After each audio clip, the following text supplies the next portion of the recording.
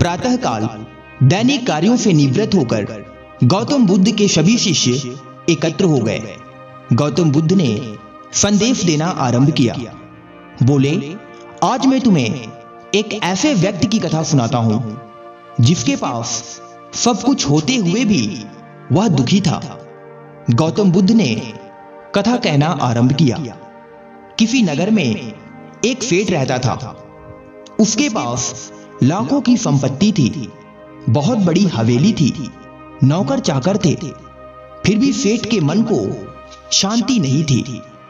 एक दिन किसी ने उसे बताया कि अमूक नगर में एक साधु रहता है। वह लोगों को ऐसी सिद्धि प्राप्त करा देता है कि उससे मनचाही वस्तुएं मिल जाती हैं। सेठ उस साधु के पास गया और उसे प्रणाम करके निवेदन किया, महाराज, मेरे पास धन की कमी नहीं है, पर फिर भी मेरा मन बहुत अशांत रहता है। आप कुछ ऐसा उपाय बता दीजिए कि मेरी अशांति दूर हो जाए। सेठ ने सोचा कि साधु बाबा उसे कोई ताबीज दे देंगे या और कुछ कर देंगे जिससे उसकी इच्छा पूरी हो जाएगी। लेकिन साधु ने ऐसा कुछ भी नहीं किया। अगले दिन उसने सेठ को धूप में बिठाए रखा और स्वयं अपनी कुटिया के अंदर छाया में जाकर चैन से बैठा रहा। गर्मी के दिन थे। सेठ का बुरा हाल हो गया। उसको बहुत गुस्सा आया, पर वह उसे चुपचाप पी गया। दूसरे दिन साधु ने कहा, आज तुम्हें दिन भर खाना नहीं मिलेगा। भूख के मारे दिन भर सेठ के पेट में चूहे कूदते रहे।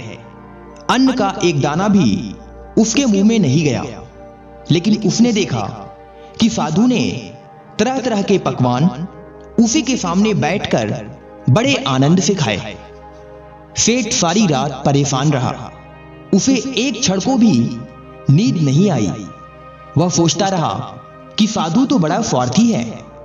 तीसरे दिन सवेरे ही उठकर उसने अपना बिस्तर बांधा और चलने को तैयार हो गया। तभी साधु बाबा उसके सामने आकर खड़े हो गए और बोले, सेठ, क्या हुआ? सेठ ने कहा, मैं यहां बड़ी आशा लेकर आपके पास आया था, लेकिन मुझे यहां कुछ नहीं मिला। उल्टे ऐसी मुसीबतें उठानी पड़ी जो मैंने जीवन में कभी नहीं उठाई। अब मैं जा रहा हूं। साधु हंसकर बोले, मैंने तुम्हें इतना कुछ दिया, पर तूने कुछ भी नहीं दिया। सेठ ने विस्मय भाव से साधु की ओर देखा और बोला, आपने तो मुझे कुछ भी नहीं दिया। साधु ने कहा, सेठ, पहले दिन जब मैंने तुम्हें धूप में बिठाया और स्वयं छाया में बैठा रहा, तब मैंने तुम्हें बताया कि मेरी छाया तेरे काम नहीं आ सकती। जब मेरी बात तेरी समझ में नहीं आई तो दूसरे दिन मैंने तुम्हें भूखा रखा और स्वयं खूब अच्छी तरह से खाना खाया। उससे मैंने तुम्हें समझाया कि मेरे खा लेने से तेरा पेट नहीं भर सकता। सेठ, याद रख, मेरी साधना से तुझे सिद्धि नहीं मिलेगी। धन तूने खुद पुरुषार्थ से कमाया है और शांति भी तुझे अपने ही पुरुषार्थ से मिलेगी। सेठ की आंखें खुल गई।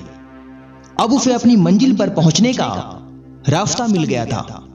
साधु के प्रति कृतज्ञता व्यक्त करता हुआ वह अपने घर लौट आया।